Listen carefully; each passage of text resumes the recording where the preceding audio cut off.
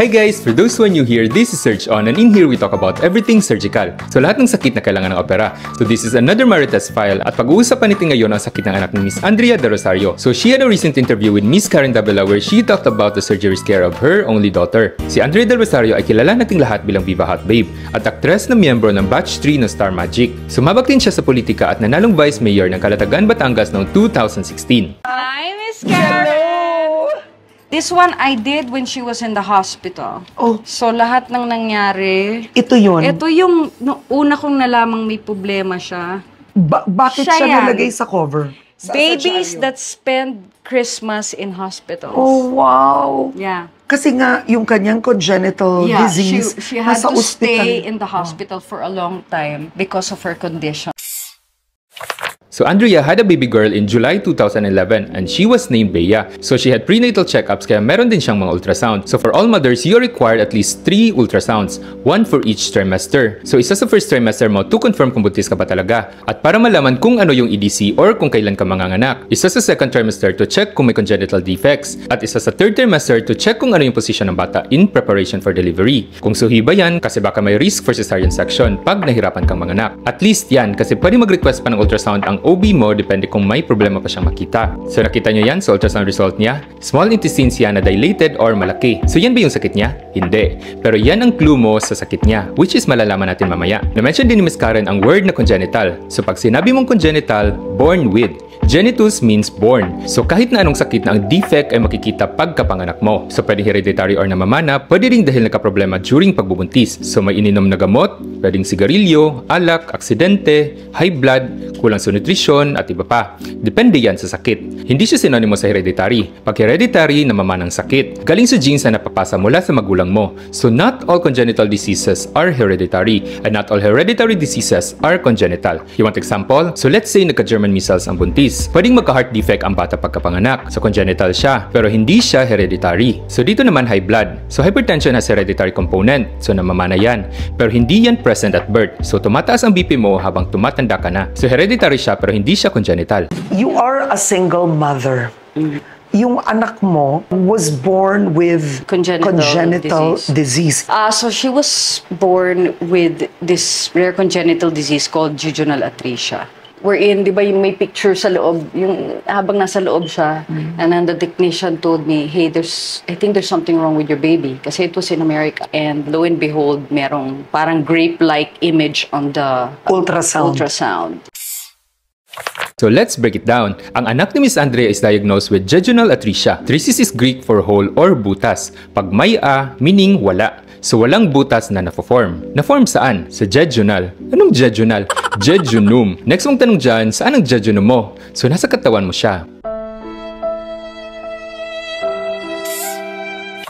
So ang small intestine mo is divided into 3 parts: duodenum, jejunum, and ileum. Ang duodenum mo is short for duodenum digitorum, meaning 12 finger breadths, kasi ang haba niya is katumbas ng 12 na daliri na pinagtabi-tabi. So roughly 12 inches siya or kasing haba ng isang ruler. Ang jejunum mo naman ang gitnang bahagi. Jejunus means empty. Dahil ang study of anatomy noon is through cadavers, so binubuksan nila yung mga bangkay.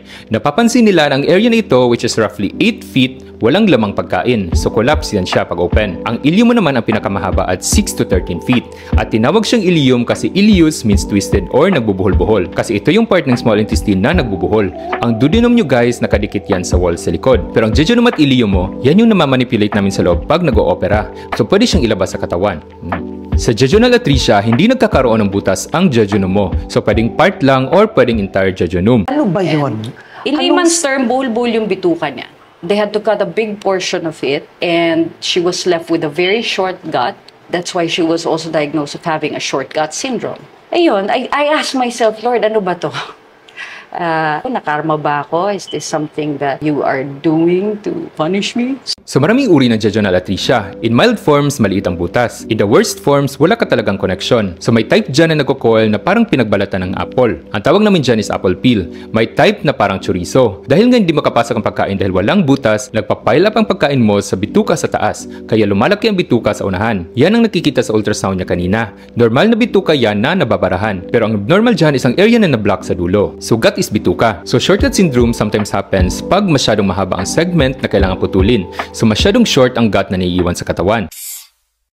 Ang small intestine mo ang pangunahing bahagi ng katawan na nag-absorb ng nutrients, vitamins, minerals mula sa kinakain mo. Ang large intestine mo, dyan naman yung tubig. Kaya ang Jebsu guys, pag nakaabot dito, basa pa yan. Pero pag daan ng large intestine mo, tubol na. Pag shortcut, hindi na-absorb ng sanggol ang nutrients sa katawan. Kaya kailangan ibigay directly sa dugo through your veins, which is your TPN or Total Parenteral Nutrition. In worst cases, kailangan mag-transplant ang bituka mula sa donor. At mahirap yan kasi mahirap makakita ng transplant donor na sanggol din. Hindi pwedeng bituka na matanda ang ibigay dyan. As a mother, you know, you can't help but blame yourself, right? Where did I go wrong? You know, hindi mo alam kung one day ano ba to, babalik ba to? Is this a recurring thing? Or, anong nangyayari sa kanya? For instance, just last January, we had a major surgery again. So they found something. Yung nutrition niya kind of affected. Lifetime, challenge. So basically, Andrea is asking if hereditary ba siya or mamamana ng iba pa niyang magiging anak. Well, may factor na genetic. May factor din na during development na wala ng blood supply ang bituka mo kaya hindi nag-develop ng maayos. Pero ang exact cause niya is still unknown.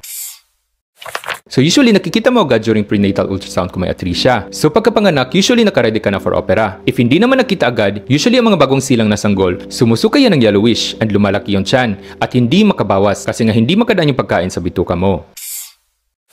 So hindi minention ni Andrea kung ano yung something, pero minention niya na lifetime. So kung hindi man na-transplant, constant monitoring pa rin especially sa diet. Kung na-absorb ba na natitirang bituka mo yung pagkain, so imo-monitor mo yan sa dugo. Kung kulang, supplement ka through TPN. Kung na-transplant man siya, habang buhay ng steroid therapy para hindi ma-reject ng katawan ang na-transplant na bituka. Kasi ang tendency ng katawan natin i-reject na yan, kasi hindi mo bituka yan. Yun lang, side effect ng steroid, mahina ang resistensya mo sa mga sakit. How many surgeries has she had? Oh, a lot. So we started with several surgeries and then we had the total parental nutrition. She was like a little bionic baby. I would have my backpack. Nasa Amerika kami. So I lost count but so many. More than 10? More. Was she ever in a life and death situation? Yung natakot ka bilang ina? Oh yeah, recently. We almost had a possibility of sepsis.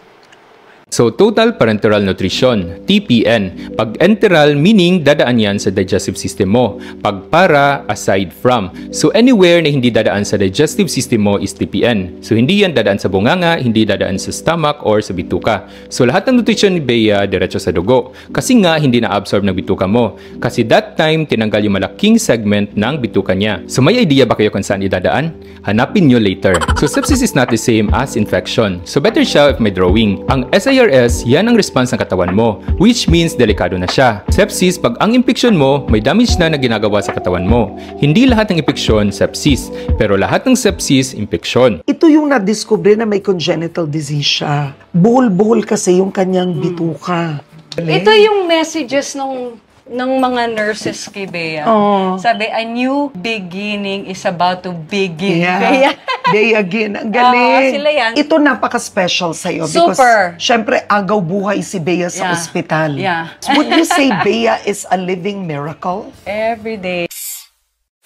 Dahil walang butas ang jejunum ni Bea, kailangan itong tanggalin. Pag maiksi lang, pwede lang iyang i-reconnect. Pero kung mahaba gaya ng kaso ni Bea, pwede mahirap ang ma-absorb ang naiwang bituka. Kaya kailangan mag-insert ng TPN. In this case, sa veins sa kaliwang balikat niya pinadaan yung pagkain. So mahal yan kasi special yung formula. Hindi lang yan gatas lang. Ayan siya Gaya ng sabi kanina, kung maiksi ang naiwang bituka, baka kailangan ng intestinal transplant. Again, disclaimer, hindi natin alam kasi hindi naman nag-disclose si Miss Andrea. Pero in an interview with GMA last 2012, ibinahagi ni Andrea na ginawa ng G-tube si Bea while growing up. G-tube is gastrostomy tube. So tubo siya na ipapasok directly sa stomach mo para doon diretso ilagay ang gatas. So may special milk siyang pinapainom kasi nga masala ng bituka ni Bea. Eventually natanggalin ng G-tube and Bea is now doing okay. Anong naituro sa'yo ng pagiging single mother? It taught me how to be grateful every day of my life. You cannot help but reflect back up there every day, every time she comes here. And right after surgery, she had a tournament. Like,